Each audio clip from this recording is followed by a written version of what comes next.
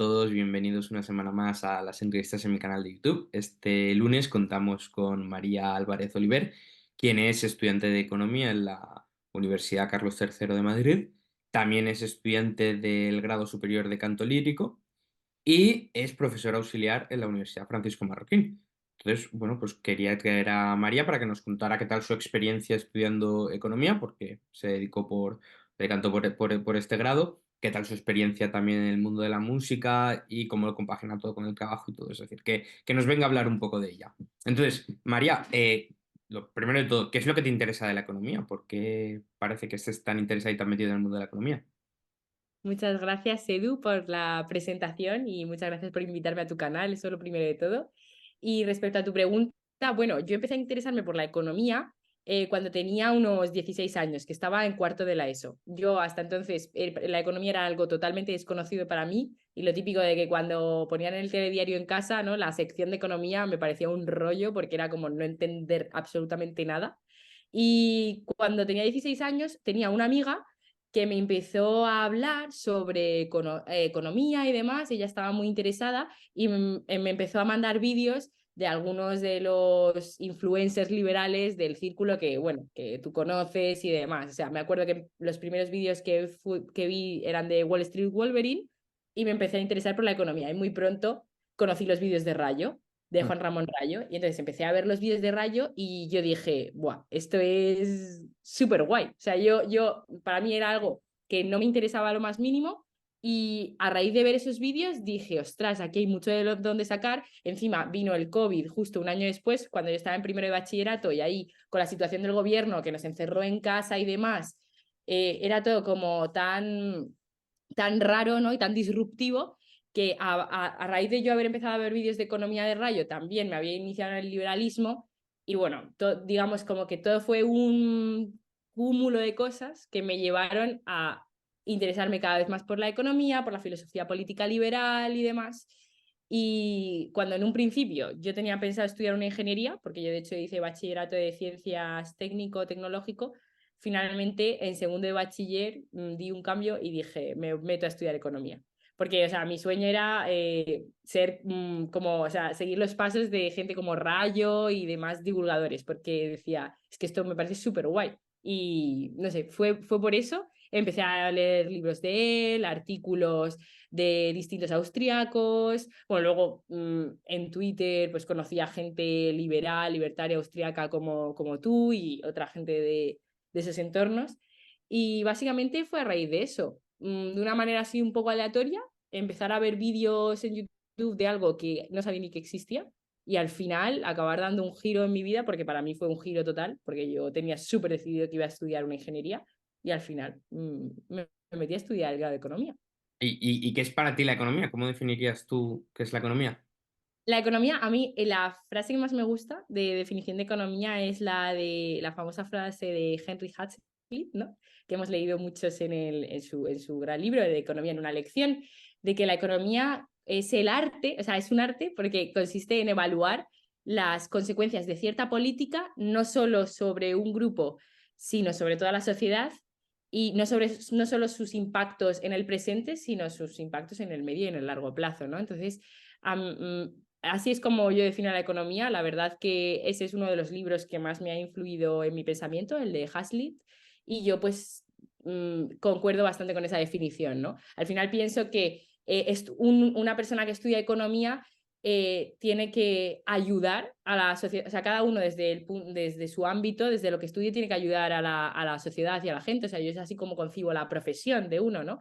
Y al final, una persona que estudia economía trata de ayudar desde la administración de los recursos que tenemos, la riqueza, o sea, la administración de los recursos para crear riqueza y demás, ¿no? Entonces, la definición de Hazlitt me parece muy buena porque es como decir, oye, que no te timen, ¿sabes? Que no te traten de tonto. Decir, Ujú. vamos a ver esta política que tú propones, cómo influye no solo sobre los que quieres ayudar directamente, sino sobre los que estás afectando indirectamente y no solo con una visión cortoplacista, ¿no? Que al fin y al cabo es lo que vemos en la mayoría de los gobiernos del mundo, ¿no? Al final, la democracia, como funciona actualmente, los estados modernos es yo estoy 4 años en el poder y luego, pues si me votan, seguiréis y no, no, ¿no? Entonces eso hace tener una visión muy cortoplacista. Por eso creo que la economía tiene que fundamentalmente centrarse en esos dos aspectos, en la intertemporalidad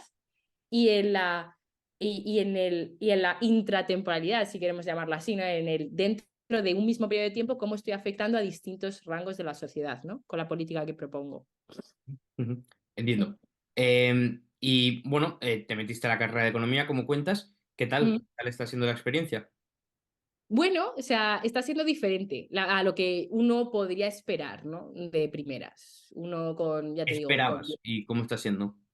pues te explico. O sea, yo cuando decidí estudiar economía, yo esperaba, o las expectativas que yo tenía, era aprender más profundo lo que yo ya había empezado a aprender de manera autodidacta, ¿no? A través de los libros, ya que te comentaba, que había leído, de los canales de divulgadores a los que seguía. Y claro, al llegar a la universidad, me encontré con cosas que yo, o sea, yo no sabía que existían, pero que me sorprendieron mucho.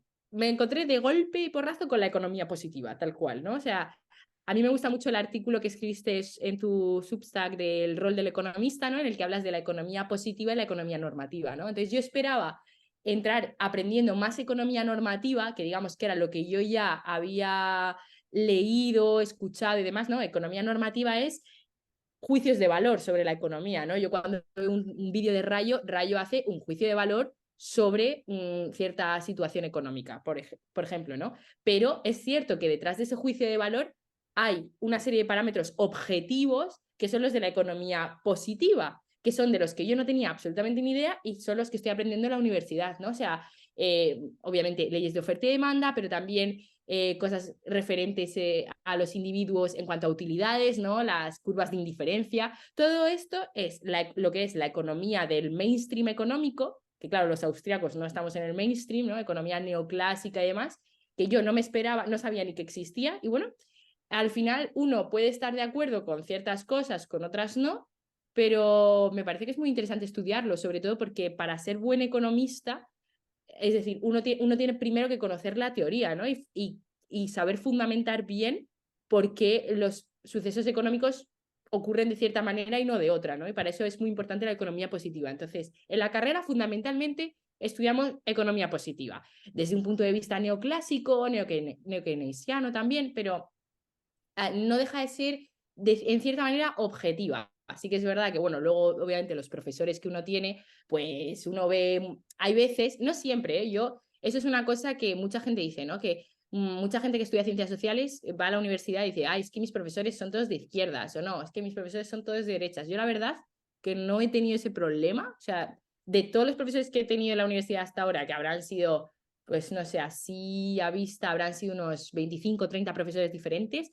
No sabría decir de muchos de ellos de qué ideologías son más afines, porque en general, en la carrera mía, por lo menos en economía, lo que como lo que se enseña es algo bastante objetivo, la economía positiva, no está mal, ¿sabes?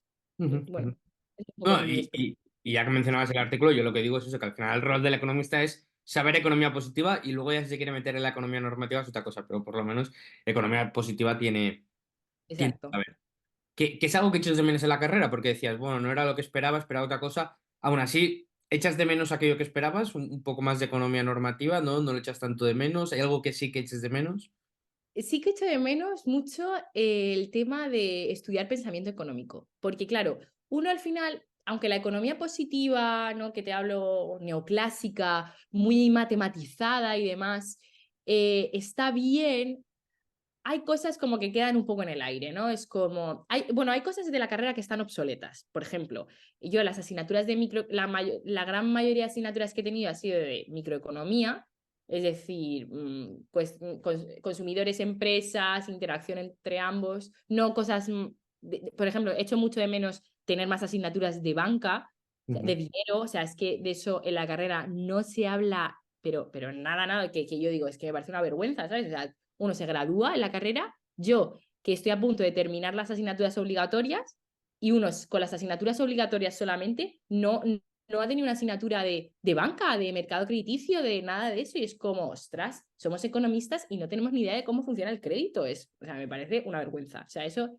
en mi opinión, los planes de estudio está fatal, que no exista. Porque puede ser que hay alguna asignatura optativa, pero una cosa muy anecdótica y es como esto lo tendría que dar todo el mundo que sea economista, ¿sabes? Entonces, por ejemplo, eso es una cosa que echo de menos. Eh, Vuelvo a lo que te estaba comentando de cosas que me parece que están obsoletas, ¿no? O sea, el hecho de matematizar tanto la economía, ¿no? Decir, vamos a un problema súper complejo numéricamente en el que vamos a calcular cuál es la demanda, o sea, perdón, la oferta de trabajo de equilibrio, ¿no? Un punto de equilibrio, y te sale un número que igual te sale, pues es 8,23. O sea, es como, ¿en serio estamos calculando estos números que al final no sabemos muy bien qué son ni qué simbolizan y no estamos yéndonos tanto a la raíz, a las bases del modelo, lo que nos está queriendo decir el modelo, no tanto a las mates? Esa es una cosa que me parece que la carrera no se orienta muy bien en muchas asignaturas de este tipo de microeconomía, ¿no? O sea, es como vamos a los números a que nos salga el salario de equilibrio, el capital de equilibrio en un modelo X y no vamos tanto a las bases del modelo, a qué nos está queriendo decir este modelo. Porque es que en verdad calcular un salario de equilibrio es que es absurdo, o sea, es que eso los economistas en nuestra vida real no lo hacemos, o sea, en el trabajo del economista. Entonces, en ese sentido, es otra de las pegas que le veo a la carrera. Y luego, una tercera cosa que también echo de menos, que es que he ido así un poco saltando, era con lo que comenzaba al principio, con el tema del pensamiento económico. Y es que al final tú estudias estos modelos que son así objetivos y tal, pero tienen una ideología, quieras que no, detrás, ¿no? De un poco de ingeniería social, o al menos es mi impresión, ¿no? Cuando empezamos a hacer estos cálculos tan exactos y es como, no sé, poco esa ingeniería social con un matiz un poco socialista puede ser que está ahí, nunca se dice de manera explícita, ¿sabes? Nunca de manera explícita estamos diciendo, no, es que nuestro rol como economistas es ser ingenieros sociales. No se te dice, pero se te deja un poco ahí. Entonces, en ese sentido, yo echo de un poco de menos tener una asignatura también específica de pensamiento económico, de que me hablen a mí en la universidad de cuáles han sido las principales escuelas de pensamiento económico que existen y que han existido. Pero como tal, no existe una asignatura, de nuevo, no sé si será alguna optativa, puede ser que la haya, no me suena ahora mismo de cabeza y eso que las tengo bastante estudiadas, todas las optativas que hay en la carrera, pero eso, o sea, qué menos, o sea, ser economista y saber lo que es la escuela de Chicago, saber lo que es la escuela austriaca, saber o sea, lo que es la escuela marxista, la escuela keynesiana, ¿no? Es como básico. Y al final, entre tantas otras cosas que igual no son tan útiles, estas otras que yo las veo más fundamentales no se estudian y no se ven. Y hablabas al principio sobre, bueno, los neoclásicos, los neokeynesianos, intuyo que también hay bastante de lo que se llama la síntesis neoclásica, ¿no? La síntesis de los neoclásicos neokeynesianos. Sí. ¿Dónde lo notas? Porque dices, bueno, que se nota que tienen, están más cercanos a esta escuela. ¿Dónde lo notas exactamente eso? En la teoría que se imparte, porque al fin y al cabo los manuales que utilizamos, la manera de orientar la economía es como bastante, ¿cómo decir? O sea, de nuevo, están como muy en el mainstream económico, ¿no? O sea, eh, yo lo noto en eso, ¿no? Yo cuando he leído cosas de austríacos se ve otro matiz. O sea, en este sentido todo se ve hiper matematizado y es lo que a mí me hace ver como esa síntesis neoclásica, ¿no? Es decir, es que toda esta matematización como tan rigurosa mmm, me hace pensar que todos estos modelos están un poco explicados desde esa perspectiva, ¿no? De la síntesis neoclásica y no tanto desde otras perspectivas, de otras que hay, ¿no? De Chicago, economía austríaca, no sé, eso es lo que me hace a mí pensar que igual no hay tanta variedad, ¿sabes? Ujú, ujú. Bueno, has mencionado en varias partes a la escuela austriaca, a la escuela de Chicago, la neoclásica. ¿Nos puedes hacer un breve resumen de cada escuela, sobre todo el mainstream, que sería un poco la síntesis neoclásica, y los austriacos, que los que también sobre los que también has hablado bastante? Sí, sí, o sea, yo muy resumidamente diría que, o sea, yo tampoco soy una gran experta en ambas escuelas, pero de lo que he leído de ambas, lo que veo es en la síntesis neoclásica mucha matematización y mucho, un poco ese querer de ingeniería social por el tema de lo que te comentaba antes, hacer problemas de economía hipermatematizados con unas matemáticas brutales detrás y que muchas veces flaquean en los fundamentos de los modelos, ¿no? O sea, que, por ejemplo, yo que sé, el modelo básico del mercado de trabajo no tiene en cuenta, o del mercado de trabajo y capitales, no tiene en cuenta la heterogeneidad del capital, por ejemplo, se asume capital homogéneo o se asume mercado de trabajo homogéneo, es como, pero estos presupuestos que son tan básicos, o sea, que se sabe que no son ciertos porque en el mercado de trabajo no es homogéneo, porque no todos no todos estudiamos lo mismo, no todos estamos especializados en lo mismo. O sea, ¿cómo haces pues eso, ese presupuesto ese supuesto tan básico y que al fin y al cabo se ve que no es realista, no es nada realista, ¿no? Y con el tema del capital lo mismo, o sea, si el capital fuera homogéneo no habría crisis nunca, o sea, es como, ¿cómo damos por hecho esta serie de supuestos que sabemos que no son ciertos, ¿no? Entonces, la economía, la síntesis neoclásica, en mi opinión, se ha quedado muy estancada en lo que en un principio fueron los primeros modelos económicos del siglo XVIII-XIX, o sea, es como se han quedado ahí en esos primeros modelos de, yo qué sé, de Adam Smith, David Ricardo y poco más, y simplemente lo que han hecho ha sido matematizarse muchísimo, o sea, y por ahí se han quedado, pero como en sus supuestos están un poco más estancados.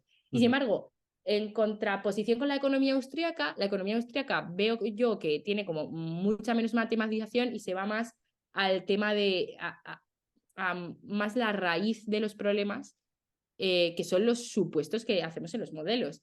No modelizan tanto, los austríacos no modelizan tanto como los neoclásicos y se van más al tema, bueno, pues del estudio del individuo, ¿no? Tienen también una visión muy microeconómica, se van a la microeconomía, porque luego lo que pasa con los neoclásicos es que todos estos modelos de los que hablo, que son modelos microeconómicos, lo escalan a la macroeconomía y dicen, aquí no ha pasado nada. Y es como, a ver, es que no es lo mismo a nivel micro y a nivel macro, o sea, es que hay cosas que no, como con la famosa frase que le dijo Hayek a Keynes con su, no recuerdo, una ecuación macroeconómica, le dijo too much aggregation, too much simplification, algo así era, ¿no? O sea, una frase que decía Hayek a Keynes, es que estás agregando todo y estás simplificándolo todo muchísimo, ¿no? Entonces yo veo ahí como esa gran separación entre austriacos y neoclásicos, no keynesianos, ¿no? Que unos están con los modelos básicos escalados y los otros se van como menos a la matematización y más a otras cuestiones, ¿no? Y De fundamentar los modelos y a demás. mí me da la sensación ¿Sabes? de que tú estás más cercana, por lo menos bastante cercana a la escuela austriaca, ¿no? No sé si es así. Mm. ¿Por qué? ¿Y cómo es la vida de una alumna cercana a la escuela austriaca que estudia economía, el grado de economía en una universidad pública? Esta es buena porque, o sea, dentro de que yo he optado por la posición de decir, bueno, o sea, voy a quedarme con lo útil, con lo que yo vea útil de la carrera y con lo que no lo desecho, eso no quita que en algún momento dado de la carrera haya tenido algún roce, algún comentario y demás, ¿no? Dentro de lo que te comentaba al principio, que veo que mis profesores son bastante objetivos en lo suyo, hay veces que no hay pie a la discusión, ¿no? Es como, a ver, te explican el modelo y el trabajo de los profesores es explicarte el modelo. O sea, es que no te vas a poner a... O sea, ellos lo han estudiado, se lo saben y tú dices, y lo que te comentaba antes, por ejemplo, ¿no? Levantas la mano y dices, oye, pero esto no es realista, ¿no? Esto de que me estás diciendo de que el mercado de trabajo es homogéneo, esto no es realista. Y es como, ya, es un supuesto del modelo. Y tú no te quedas muy conforme. Yo estoy más cercana a la escuela austríaca también bueno, es la que más conozco. No descarto que mi pensamiento pueda cambiar mucho, o sea, pueda cambiar, porque bueno, al fin y al cabo uno cuanto más lee, pues más se cuestiona, ¿no? Pero es verdad que yo estoy más cercana a la escuela austríaca sobre todo por el tema de la filosofía política, ¿no? O sea, a mí la escuela austríaca me atrae mucho desde el punto de la filosofía política, ¿no? Del modelo que plantea, de cómo ve el papel del Estado y sobre todo, entonces, claro, eso me hace estar cercanos a ellos no solo en filosofía política, sino también en economía, ¿no? Cuando desde la filosofía política estudiamos lo que es el Estado, ¿no? Los incentivos perversos del Estado y demás, pues yo como economista digo, vale, es que no quiero Estado, no quiero subvenciones, no quiero impuestos, no quiero intervención estatal porque efectivamente la escuela austríaca me está explicando cómo el mercado es mucho más eficiente que el Estado y lo hace mucho mejor, ¿sabes? Ujú. Entonces, en ese sentido, eso es lo que me hace estar más próxima a la escuela austríaca, a ver que verdaderamente, o sea, se comprueba que cuanta menos intervención estatal, el mercado es más eficiente y creamos más riqueza. Y yo pienso que como economistas, nuestro objetivo tiene que ser acabar con la pobreza. O sea, cuanta más riqueza haya, mejor, ¿no? Entonces, en ese sentido, por eso soy más próxima a la escuela austríaca. Y volviendo otra vez a lo del tema de ser universitaria austríaca en universidad pública, me acuerdo, por ejemplo, de discutiendo con mi profesor de historia económica, porque ya te digo que otras asignaturas no dan pie, pero en historia económica recuerdo que el tercer bloque de la asignatura era precisamente sobre el estado de bienestar, ¿no? Y el profesor decía, no, es que claro, el estado somos todos. Y yo levanté la mano y dije, ¿no? Yo el Estado no soy, o sea, yo no soy el Estado, ¿sabes? Entonces ahí empezamos, me acuerdo, una discusión también sobre la democracia, ¿no? Diciendo, es que, y entonces él me decía, es que usted no es demócrata, pues así nos va a ir, ¿no? Tal, y era como, bueno, podemos discutir estas cosas, pero al final siempre, como te ven también como un alumno y ellos son catedráticos, pues al final siempre acaban con falacias así un poco ad hominem, vale, es que como tú eres tal, bueno, pues no voy a discutir contigo. Entonces, bueno, esa es mi experiencia. Afortunadamente esto no me ha pasado en muchas ocasiones, pero sí que es verdad que da un poco de pena porque es como, ojo, digo, que la universidad debería abrirse, bueno, los profesores tendrían que abrirse un poco más, ¿no? A discutir con los alumnos de manera simplemente, oye, objetiva desde lo que estudiamos. Pero bueno, esa es una anécdota que tengo de estas cosas. Sí, no, porque yo lo he vivido todo, yo de normal estoy bastante abierto, pero también es verdad que hay momentos en los que se te puede comer la clase y tú dices, bueno, a ver, si quieres, me buscas en la tutoría, me escribes lo que quieras, que si no puedo dar. No, claro, claro, por supuesto. No, Ah, eso también es así, claro, eso es. también hay que entenderlo, ¿no? Por defender un poco a los profesores de Ah, una no, no. discusión. Yo me acuerdo, bueno, a ti te pasó, ¿no? En verano, por ejemplo, la clase que tenía preparada Rayo de Banca, creo que no la pudisteis terminar, no, de ciclos económicos, perdón, porque hubo una discusión ahí que se quedó clavada y parece que no salisteis. Entonces, pues a veces da rabia, ¿no? Y al resto dicen, hostia, es que esto, eh, Claro. esa Esto persona, no pasa. sí, por eso Mm. que hay que ver los dos lados, pero sí que es verdad que, bueno, pues vas a la tutoría o le preguntas en otra clase o lo que sea, que de normal los profesores en ese momento tienen suelen tener más disponibilidad que la que puede tener, ¿no? Rayo Sí, en el no, no. igual que digo. Totalmente. No, o sea, y en eso estoy de acuerdo contigo. O sea, yo con este profesor me acabé o sea, nos llevamos muy bien y tal. Tuvimos eso, varios roces con este tema. Me acuerdo una discusión también sobre la sanidad pública privada, porque es que me acuerdo, claro, puso un gráfico de países, o sea, de gasto público en sanidad y esperanza de vida. Me parece que era un gráfico tal que así, ¿no? Entonces nos ponía, mirad Estados Unidos. Estados Unidos, claro, gasta muy poco en sanidad y tiene una esperanza de vida mucho más baja que otros que gastan mucho más en sanidad. Y yo levanté la mano y dije, a ver, esto es que es una correlación, o sea, primero estamos asumiendo que el sistema sanitario estadounidense es el modelo privado por antonomasia y todos sabemos que no es así, que el sistema sanitario estadounidense no es precisamente un gran ejemplo de sistema privado ideal porque tiene muchísimas duplicidades de gasto y bueno, demás cosas que tú ya conoces, ¿no? Que no es tan privado como nos hacen creer, ¿no? En la prensa. Y luego que tú estás estableciendo aquí una correspondencia, una correlación que no, o sea, que es que te la estás sacando de la manga, ¿no? Es que, vale, como se gasta menos, tal, y es como, no, pero aquí puede haber más causantes, ¿no? Me acuerdo también de esa pequeña discusión, pero efectivamente lo que decías, ¿no? O sea, yo entiendo que los profesores a veces traten de cortar, ¿no? Para decir, oye, vamos a seguir con la clase y lo Claro, dejamos para otro momento. claro, mi Pero, clase, van a ir, van a dar su clase y dicen, bueno, va, claro, no, sí, sí, sí es así. no, Sí, también lo entiendo. no, no, solo por defender a los profesores un momento. Bueno, tú has empezado a dar clase, ¿no? Llevas que un semestre dando clase, ¿qué tal la experiencia? Súper bien, la verdad, estoy súper contenta. Empecé en septiembre bueno, de este curso a ser auxiliar de Gustavo Martínez en la asignatura de Matemáticas Aplicadas en la UFM y estoy muy contenta, la verdad, con el trabajo. O sea, me tratan bien en la universidad y luego he tenido bastante margen para trabajar, ¿sabes? O sea, para mostrar mis iniciativas, que veía que los chicos, los alumnos estaban contentos con ellas, el profesor también. Y la verdad que la experiencia muy guay. Yo que decía que nunca en la vida iba a dar clase, porque ¿Ves claro, ves mucha diferencia con la universidad pública? sí, o sea, es muy diferente. Es muy diferente porque, claro, en la universidad, en la el tema de que haya tan poquitos alumnos por clase, por ejemplo, para mí me parece una diferencia fundamental. O sea, yo me sabía el nombre de todos mis alumnos Ujú. y profesores que se sepan el nombre de los 60, 70, 90 alumnos que hay en una clase en la universidad pública, o sea, al final los profesores se acaban sabiendo pues de los que más participan, más van a clase y demás, pero Mm. no acabas conociendo a tus alumnos. Entonces, eso a mí me parece una diferencia, vamos, abismal. O sea, esa es la primera de todas. Sí, sí. Hmm. Es, Yo imagino es que tú, que exagerado. también. Es muy exagerado. Que tú todavía tenías una clase bien de tamaño bien. Yo tenía dado clases mucho más pequeñas que la tuya. ¿En serio? Ostras, pues Sí, yo tenía muy poco, sí. a veces sí, a veces. No, ahora ya cada vez las clases suelen ser más grandes, pero yo me acuerdo cuando yo empecé que había clases Mm, bastante, bastante pequeñas. Pero bueno. claro.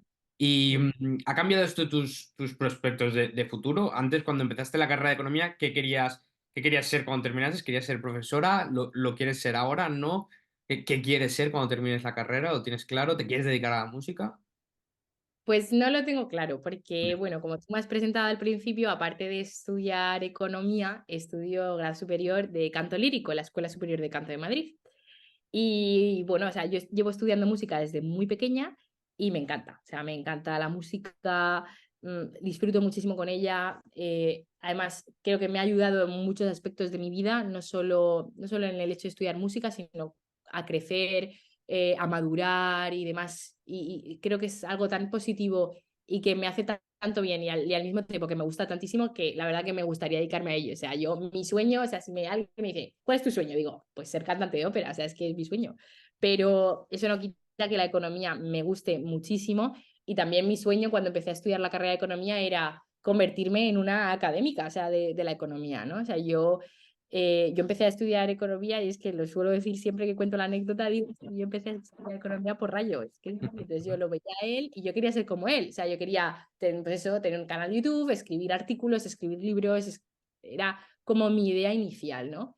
No tenía tanto la idea inicial de dedicarme a, yo qué sé, a asesoría, a consultoría o a alguna empresa privada en el departamento pues eso, financiero, en fin, no era mi idea inicial. Pero ahora mismo, en el punto en el que estoy, el hecho de haber, bueno, empezado a descubrir otras perspectivas a lo largo de estos años en la universidad, me hace no saber por qué decantarme. Por un lado está el tema de la música y luego por otro lado, dentro de la economía, aunque me tira mucho el tema académico y ahora además, más todavía, trabajando en la UFM es como más aliciente, ¿no? O sea, el hecho de estar trabajando en una universidad de profesor auxiliar, pues es como más aliciente a seguir por ese camino académico, ¿no? De decir, Buah, quiero hacer un máster y luego un doctorado y dedicarme a la investigación. Pero es verdad que por otro lado, también me llama mucho la empresa privada, o sea, creo que el trabajar en una empresa, de lo que sea, o sea, me refiero que la empresa puede ser de lo que sea, yo trabajar de economista, pero la empresa no tengo una preferencia concreta.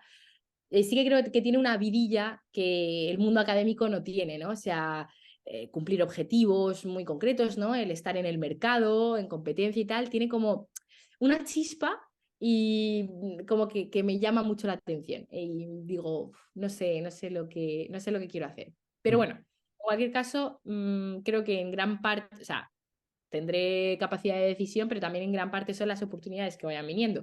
Ahora ha venido esto de la UFM, que yo estoy contentísima con ello y mi idea es seguir con ello, oye, y si por ahí sale algo y sale más tirar por el mundo académico de la economía, fenomenal. Ujú. Si salen otras cosas en la empresa privada, como te comentaba, bien también. Y si ya, bueno, me saliera bien el tema del canto, ostras, ya sería la bomba, porque, vamos, me encantaría. Pero tampoco me he decidido todavía de ir a 100% con la economía, 100% con el canto. Por eso estoy en las dos ahora mismo y bueno, como vaya Y, surgiendo. y algo bueno, que comentabas ahora, también has comentado en otros momentos de la entrevista, es que hablabas del trabajo de divulgación, ¿no? Que tú lo que querías hacer era divulgación económica. ¿La haces ya? ¿Ya estás en ello? Bueno, poco, menos ¿Poco? de lo que me gustaría. No, porque al fin y al cabo, o sea, es verdad que empecé muy fuerte cuando empecé a leer y demás. Escribí mis primeros artículos cuando estaba en bachillerato todavía. Pero la vida ajetreada que tengo últimamente no me permite tener tiempo para escribir, que es lo que me gustaría, sobre todo, ¿no? Sí que es verdad que, bueno, pues escribo, ya no tanto, ¿no? Pero hace un tiempo escribía bastante, con bastante regularidad en Twitter, cosas de economía y demás. Y luego mis artículos, que tengo un par de ellos publicados.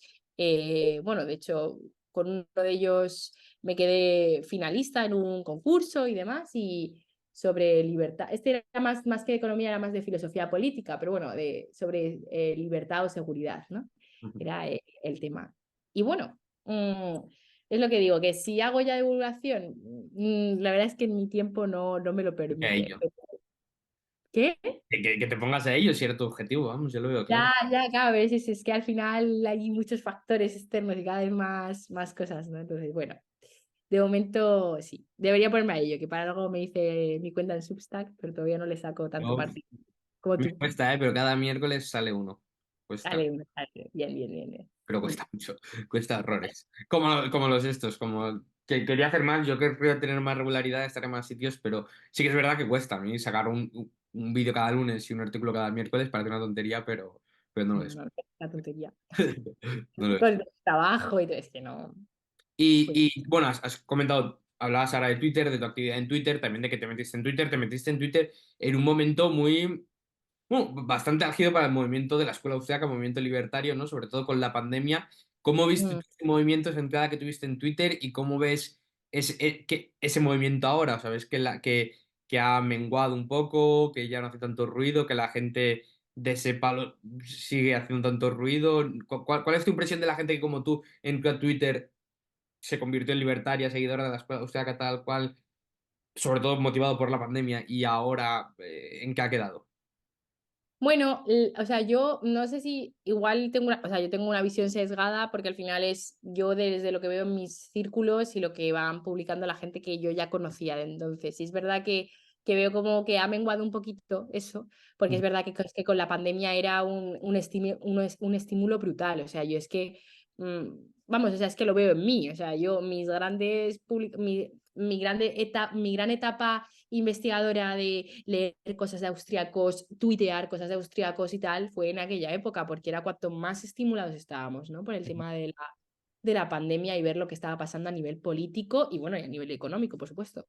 Entonces, en ese sentido, creo que ha menguado un poco por la parte de personas cercanas a mí, o sea, gente que no es especialmente profesional, simplemente que lee y publica, pero a nivel de los grandes, o sea, de los grandes, de los que se dedican a esto de verdad, ¿no? O sea, gente, bueno, pues, bueno, es que no voy a cansar de hablar de Rayo, porque es que para mí es el top, ¿no? Pero, o sea, Rayo, por ejemplo, ha crecido muchísimo en los últimos años y ahora muchísima gente lo conoce y lo ve, o sea, yo me acuerdo cuando llegué a la universidad en primera de carrera, yo hablaba de Rayo y ¿quién es ese? O sea, ni idea. Y ahora, oye, pues la gente lo conoce. O sea, es que la gente de la universidad conoce Rayo y es como, ostras, esto es algo, ¿eh? O sea, la gente empieza a saber que existen más cosas más allá de pues de los que ganan los Nobeles de economía, ¿no? O sea, y que hay gente en España que se dedica a esto y a la escuela austríaca me refiero y que hay algo más. Entonces, bueno, en ese sentido yo veo que a nivel particular y de la gente, pues eso, los chavales, más que hacemos lo que podemos en Twitter y tal, ha menguado un poco, pero a nivel de los que están arriba, ¿no? De los que lideran, digamos, yo creo que cada vez son más conocidos y me sorprende porque es que la gente que no, a priori no está en el mundo, los empieza a conocer. Y yo digo, ostras, esto es algo, ¿sabes? Sí, sí, no, no. Sobre todo con lo de Rayo es brutal lo mucho que ha crecido en los años.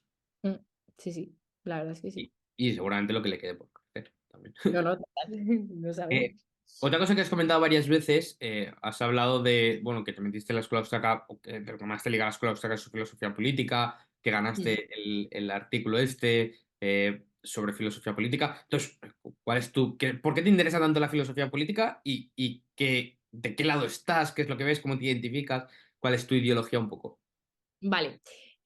Yo me acerqué, ya te digo, en un momento en el que todo era confusión, ¿no? O sea, la pandemia era como, es que no entiendo nada, o sea, era como encerrados en casa y claro, al principio era todo miedo, ¿no? Era como, ¿qué va a pasar, no? O sea, nadie quería pillar el COVID porque uno pensaba que pillaba el COVID y se moría, ¿no? Era como, no quiero, ¿esto qué es, no? Entonces esas primeras semanas eran como de bloqueo. Pero luego uno empieza a ver qué está pasando en el mundo, ¿no? Empieza a ver las noticias, pero ya no los telediarios, porque los telediarios no informan de nada, ¿no? O sea, uno tiene que buscar más allá de los medios de comunicación tradicionales españoles, ¿no? Eh, Empiezas a ver cómo avanza el recorte de libertades y ostras, y eso impacta mucho. Yo ya conocía el liberalismo desde antes del encierro Ujú, y entonces, claro, yo ya me había empezado a adentrar más por la parte económica, más por la parte de tema de cómo funcionaría una educación privada, una sanidad privada y demás, impuestos, subvenciones, ¿no? Pero claro, con el tema del el confinamiento fue, ostras, es que esto es más, ¿sabes? O sea, no es solo ya economía, de cómo vamos a ser más ricos y tal. No, esto va de que el gobierno me ha dicho que no puedo salir de mi casa y estoy encerrada en mi casa como si fuera la cárcel. Entonces, ujú, claro, cuando me acuerdo que leí el artículo de Rothbard de Anatomía del Estado y entonces dije, ostras, es que esto yo lo veo muy verdadero en lo que está sucediendo actualmente, ¿no? En Anatomía del Estado, Rothbard habla de lo que es el Estado, de lo que no es el Estado y de los incentivos del Estado, ¿no? Y habla de que el Estado no es un ente bondadoso, benévolo, que te quiere cuidar y tal. No, no, o sea, el Estado son una serie de personas que mandan, que son las que tienen el monopolio de la violencia y por tanto las que pueden obligarte a hacer cosas que si no tuvieran ese monopolio de la violencia no harías, como algo básico, pagar impuestos, ¿no?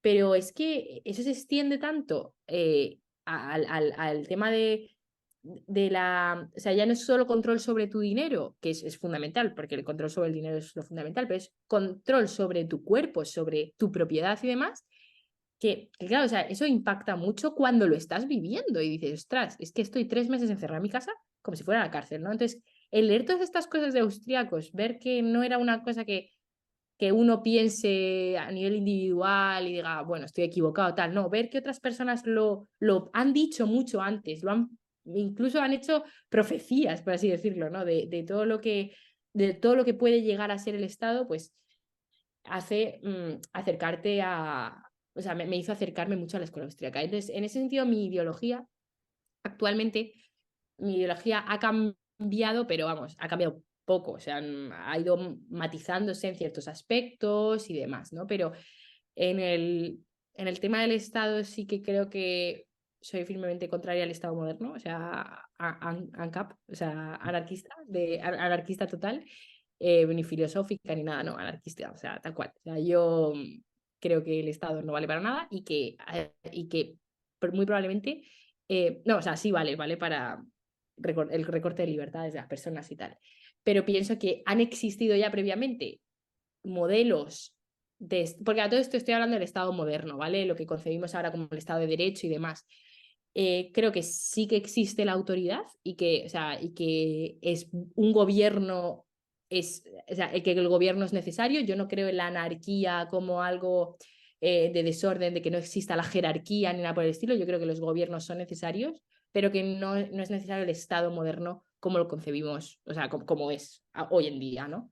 Pienso que los gobiernos voluntarios son algo más, o sea, mucho más preferible, ¿no? Que los estados no sean tan grandes, que, en fin, gobiernos voluntarios pequeños, ¿no? De tipo ayuntamientos, cosas así, ¿no? Pero no un estado centralizado y demás, ¿no? Eso por un lado.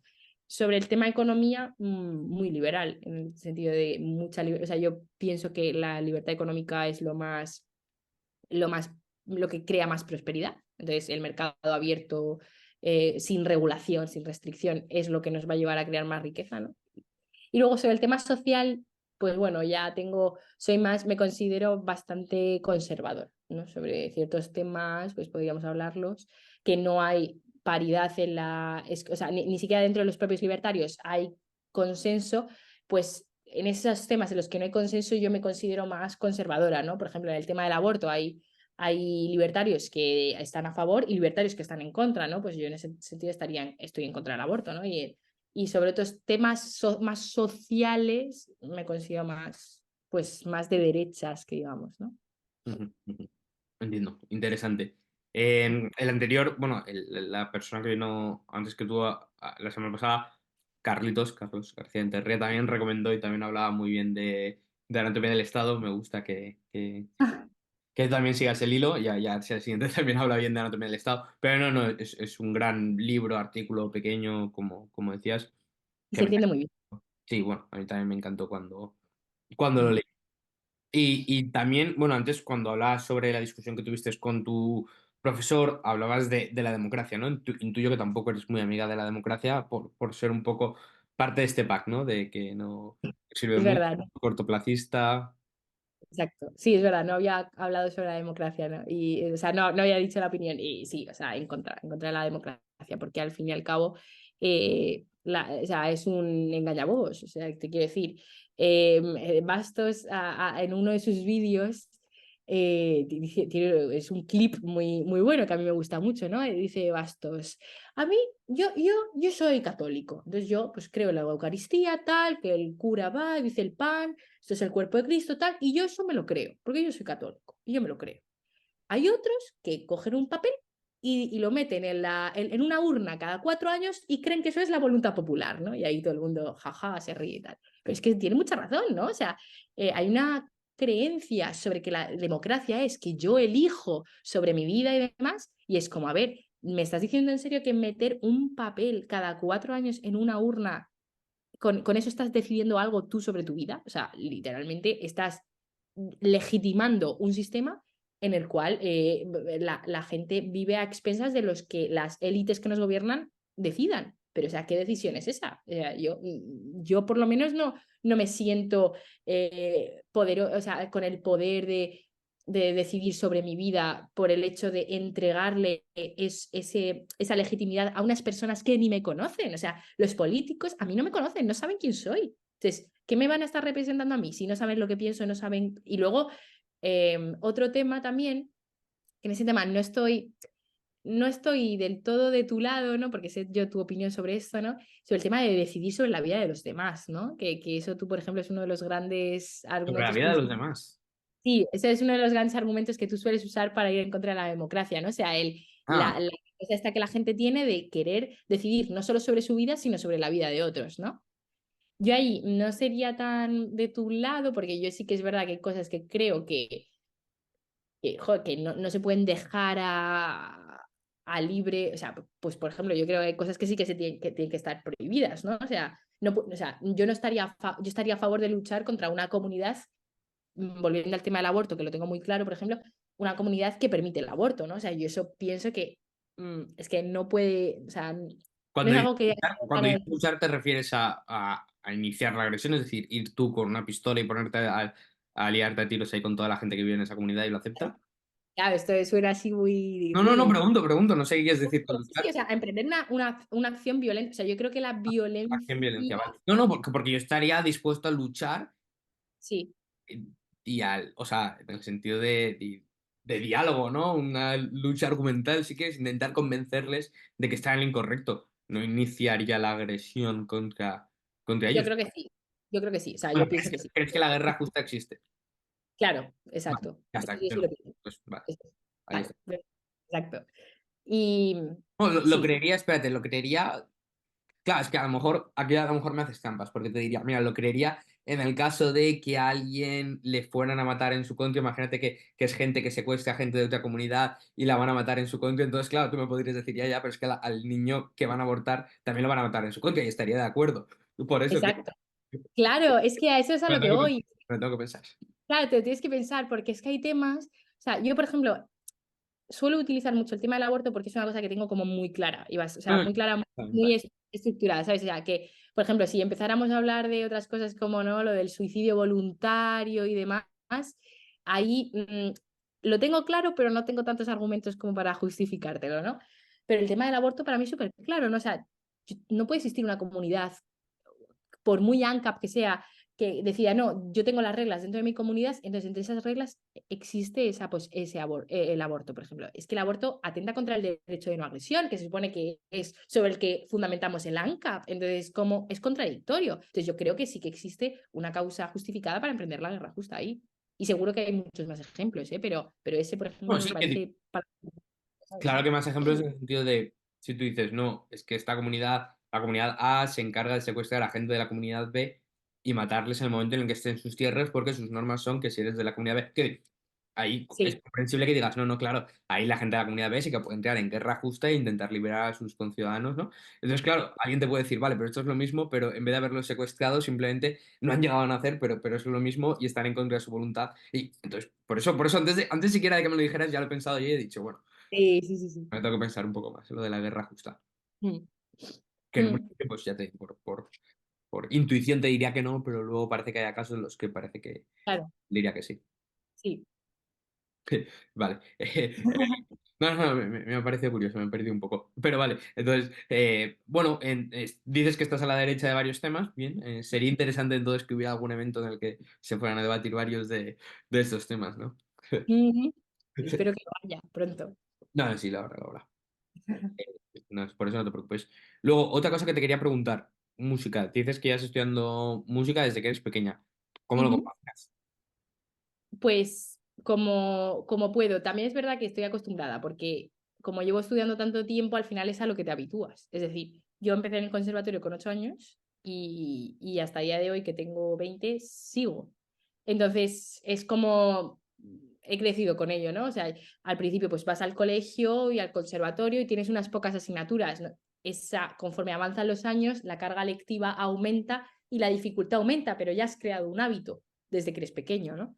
Ujú. Entonces, bueno, en la universidad, desde luego, el salto es muy fuerte porque no es lo mismo el instituto y el conservatorio profesional, que ya es difícil, ¿eh?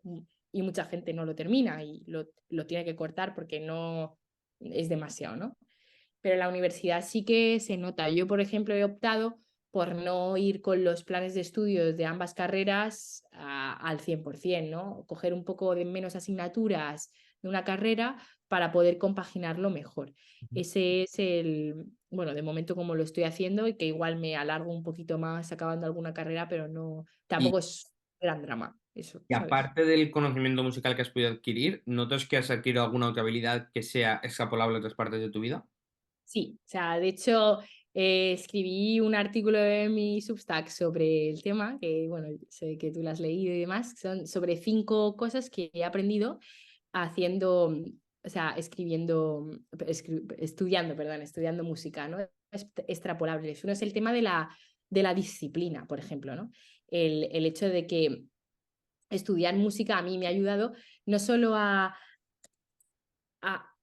aprender notas musicales, a tocar un instrumento, porque yo aparte de cantar soy flautista, toco la flauta travesera, sino que también me ha ayudado a tener una disciplina de estudio, de metodológica, de orden, de organización, de saber estar luego también en un ensayo, ¿no? O sea, en un ensayo con un director, ¿no?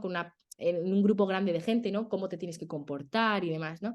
Por un lado, el tema de la disciplina. Estoy buscando, porque voy a coger el artículo un momento porque me gustaría mencionar los 5 puntos y lo escribí hace tiempo y no me acuerdo de memoria de cuáles son los 5, pero Ujú. lo tengo por aquí, o sea que en un momento lo saco. Me acuerdo, el primero el que hablé fue de la disciplina Disciplina. y, y Capacidad luego... de organizarse, seguro que, bueno, a lo mejor lo metes dentro de la disciplina. A mí lo que me Ya, pasaba cuando yo también estudiaba música desde pequeño y cuando me lo dejé y todo, cuando más tiempo tenía, peor me he organizado. O sea, yo necesito estar a tope en mi día para ocupado, poder organizarme bien. Si no, no me sé total. organizar. Si de repente, yo me acuerdo cuando era niño, que cuando tenía música, lo que sea, que tenía una tarde libre, para mí era una desgracia porque ya no sabía qué hacer. Era como, bueno, ¿y yo qué hago con todo este tiempo libre? Estaba acostumbrado a ir con las horas justas para saber organizarme y al final, pues, No, no, sí, sí, sí. me obligaba a Eso, eso.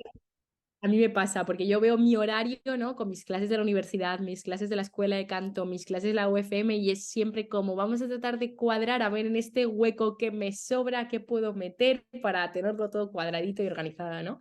Eso a mí también me pasa mucho. Luego, otro tema, o sea, por un lado, el primer punto era lo de las disciplinas, ya tengo el artículo. El segundo punto que puse fue capacidad de soportar una gran carga de trabajo y presión. Y era lo que te comentaba antes, si desde los 8 años ha sido poco a poco, porque claro, empezaste con una clase de solfeo y de instrumento, pero es que luego vino coro, luego vino armonía, luego, ¿sabes? O sea, vas añadiendo, entonces, que es que no, eso te, sin que tú te des cuenta, vas adquiriendo una capacidad para soportar una carga de trabajo a la que tus compañeros de clase, con los que vas al instituto, no están acostumbrados, ¿sabes? Pero si yo con 8 años yo hacía dos instrumentos, hacía violín, piano, solfeo, coro. Entonces yo tenía no solo los días, sino que yo muchas veces a mediodía me tenía que ir del colegio a ir a la clase de música y volver, porque tenía la suerte que lo tenía cerca del colegio, pero que ya no solo tener todas las tardes ocupadas, sino el mediodía en el patio que tenías en el colegio, yo no lo tenía porque me tenía que ir a música y volver. O sea, sí, sí, sí. Claro. Y los fines de semana, cuando tienes actuaciones, cosas así, ¿no? O sea, o sea, justo. Entonces, eso te crea mucha presión, o sea, eso es. Entonces, te da una capacidad, yo creo, de gestionar el estrés muy buena, ¿no? O sea, yo cuando les cuento a mis compañeros de clase mi día a día, ¿no? Lo que yo hago cada día o cómo me gestiono en época de exámenes y tal, flipan, porque dicen, es que tú, ¿cómo, o sea, cómo no estás con 10 ataques de ansiedad, como, ¿sabes? Y es como, no, estoy acostumbrada, los sé manejar. Obviamente, ha habido momentos de mi vida, cuatrimestres, meses puntuales, en los que, ostras, he ido demasiado a tope y he tenido que parar, decir, vamos a ver cómo lo... Pero al final eso también es aprendizaje, porque aprendes a solventar problemas, ¿no? O sea, solución de problemas. Es como, madre mía, tengo muchísimas cosas que hacer, vamos a priorizar y lo que no se pueda lo dejamos para después y organizamos, ¿no? Entonces, claro, pero lo haces con calma, sin estrés, ¿no? O sea, eso es una cosa que siempre mis compañeros me dicen, ¿no? O sea, no entiendo cómo no estás estresada, estresadísima, y te veo normal, y digo, ya, bueno, no sé, ¿sabes? Al final estás acostumbrado a eso. Luego, en tercer lugar, una de las cosas que también he aprendido, o sea, te había dicho, la disciplina, ¿no? Capacidad de manejar estrés y cargas de trabajo muy fuertes. Y en tercer lugar, desarrollo intelectual. O sea, la música es un arte bueno, como todas las artes, requieren un, un esfuerzo intelectual muy fuerte. O sea, hacer arte no es me levanto por la mañana y digo, ah, voy a ser Beyoncé, no, o sea, quienes nos dedicamos de manera rigurosa, de manera académica a ello, es una cosa que es que requiere muchísimas horas de estudio consciente, o sea, no es mm, automático, es un esfuerzo intelectual, ¿no? No es Ujú. como cuando haces otro tipo de actividad, por ejemplo, o sea, en el caso de una persona que es deportista amateur, ¿eh? Porque en el deporte profesional es otra historia, pero ni siquiera deportista, o sea, el hecho de decir, voy a salir a caminar 2 horas todos los días para moverme un poco, a correr y tal. Y es como que esos momentos mi mente se despeja, ¿no? Y es un trabajo físico que hago y mi mente mientras descansa. En la música, ¿no? En la música profesional, de nuevo, o sea, también he hecho una comparación, ¿no? Pero para que se vea, ¿no? Las diferencias entre eso, lo que puede ser una actividad física amateur y una actividad física profesional, porque la música es parte física, porque tocar un instrumento es algo físico, o sea, yo que toco la flauta es gestión o sea, de posiciones de los dedos, gestión de respiración, pero la mayor parte de mi trabajo no está en lo que yo hago con el cuerpo, sino en lo que hago con mi cabeza, en cómo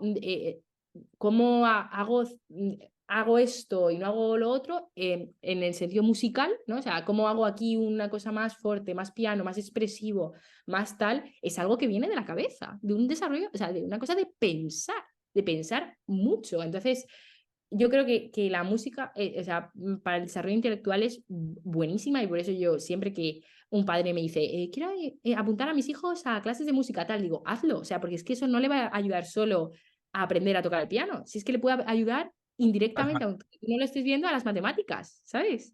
Ujú. A sacar mejor nota de matemáticas, ¿no? Y luego en cuarto y quinto lugar estaba el tema de actuar en público. El hecho de estudiar música desde pequeño hace que tengas actuaciones. Entonces yo con 8 años ya me estaba subiendo a un escenario, aunque fuera delante de 20 padres. Pero ya es una cosa que lo del miedo escénico, ¿no? La gente llega a la universidad, le da miedo ponerse delante de sus compañeros a hacer una exposición. O llegas a un trabajo, a tu primer trabajo, te da miedo hablar delante de tus compañeros, de tu jefe, ¿no? Pues esa exposición al público es una cosa, oye, que está ahí y que nos ayuda también. Y luego, en quinto lugar, yo hablaba de que estudiar música me ayudaba a refinar el gusto, ¿no? El hecho de a aprender un arte de manera tan rigurosa y tan bonita a la vez, pues, ostras, al final hace que valores una cosa, una expresión musical de alta calidad más que una de baja calidad, ¿sabes? Y, o sea, es como el que, pues no es lo mismo comer chopper, es el que, este ejemplo lo pongo también en el artículo, me hace gracia, no es lo mismo comer chopper que jamón serrano, ¿sabes? O sea, es que no es lo mismo. Y los dos estarán buenos, pero no es la misma, no estamos hablando de la misma gama, ¿no? Entonces yo creo que aprender cualquier arte a una persona le hace apreciar más ese arte y decir, y saber, y te hace saber distinguir entre lo que está bien hecho a nivel artístico y lo que no está bien hecho, o lo que está mejor hecho de lo que está peor hecho. Entonces, bueno, eso es una cosa que se aplica no solo a la música, sino a otros ámbitos de la vida, ¿no? Cuando tú ves cómo alguien hace algo, o sea, te ayuda a ver también cuando alguien hace algo mejor o peor, al fin y al cabo, ¿no? Ujú. Entonces, no sé, yo lo vivo así. Totalmente, ¿Mm? totalmente. Y bien, María, hacia el final de las entrevistas hay dos preguntas que siempre hago. La primera, si nos podría recomendar 5 libros. Uf, 5 libros, vale. Sí, 5 libros. La economía de una elección de Henry Hazlitt. O Ujú. sea, ese libro me parece muy, o sea, que se puede entender perfectamente sin saber de economía y es súper interesante porque es que toca todos los palos, toca muchísimos aspectos de la economía y aunque sea un libro escrito en los años 30 o sea, pues es un libro que está tremendamente de actualidad, ¿eh? O sea, no pasa de moda. A mí me encanta ese libro. Luego, otro libro que recomendaría sería 1984, que ya sé que es muy clásico, pero es que a mí me gustó muchísimo. Lo leí también estando en pandemia y demás y me encantó, de Orwell. Em, Otro libro así que me haya gustado mucho, que recomendaría sería Una revolución para España, de Rayo, de Juan Ramón Rayo, que me parece un libro, oye, que igual va en la misma línea que el de Hazlitt, porque habla de distintos sectores, pero bueno, aplicado al caso de España y con datos y demás, y con comparaciones muy buenas. A mí me gusta mucho ese libro también. Em, ¿Cuál más te puedo recomendar? Estoy pensando así, por dar también unos así un poco más variados, ¿no? Todo de lo mismo, ¿no? Em, Sí, es que me cuesta decidirme. Bueno, o sea, como hemos hablado mucho del liberalismo y tal, voy a volver al mismo tema, ¿no? Recomendaría a todo el mundo leer Liberalismo de Rayo, porque creo que o sea, para los que ya se manden liberalismo igual no es muy valioso, ¿no? Pero si no sabes nada, o sea, yo fue el primer libro que leí de Rayo y me encantó muchísimo, ¿no? Me gustó un montón. Y como quinto libro, si gente como, no sé, que tenga mi edad, o bueno, gente incluso mucho más mayor que yo, que no sepa mucho de finanzas y demás, y que se esté planteando qué hacer con sus primeros sueldos, que no dice, "Uf, ahora tengo muchísimo dinero y no sé qué hacer con él. Quiero empezar a ahorrar y demás, pero sin complicarme mucho la vida. O sea, a mí me encantó un libro muy sencillo, muy cortito, de Carlos Galán, que es un chico, un economista zaragozano, jovencito y tal, que se dedica mucho a la inversión inmobiliaria. Y este libro se llama Independízate de Papá Estado. Está muy bien, me gustó. Sobre fondos indexados, planes de pensiones indexados y demás. Está guay, me gustó. Pues nada, y la segunda pregunta, y última de la entrevista, que es, si pudieras tener una conversación con cualquier persona de la historia, ¿con quién sería? Eh, ¿Con quién sería? Tengo tres en mente, o así. Con la Virgen María, seguro. Jorge. Sí. Bueno, ¿y de qué hablarías? ¿Qué le preguntarías? ¿Qué tal? O sea, o sea, no sé, es que Bueno, estar con ella sería suficiente, vale, vale. ¿sabes? Eh, vale, María, si a la gente le ha interesado lo que nos has contado hoy, quiere saber más de ti, ¿dónde lo puede hacer? Pues bueno, me puedes seguir en mis redes sociales, en Twitter, Instagram. Bueno, en Twitter soy Mari con Y Flautist. Ujú. En Instagram soy María Flautista, tal cual, ¿no? Todo esto viene de la música y demás. Y en mi canal de YouTube, que subo mis vídeos cantando y demás, María Álvarez Oliver. Así que por ahí, a raíz de esos tres Y la cuenta canales, donde escribes artículos. la cuenta de Substack, donde escribo artículos también, bueno, donde intento escribir artículos, que soy Marías Substack, tal cual. Y María Álvarez Oliver, que es mi nombre completo. O sea, si me buscáis Vale, en Substack es lo María Álvarez enlazaré. Oliver. Lo enlazarás, perfecto. Y en mi LinkedIn, María Álvarez Oliver también. Muy bien, muy bien. Pues nada, María, muchas gracias por tu tiempo. Espero que hayas disfrutado de la entrevista y que vuelvas pronto al canal. Muchas gracias, Edu, a ti por invitarme.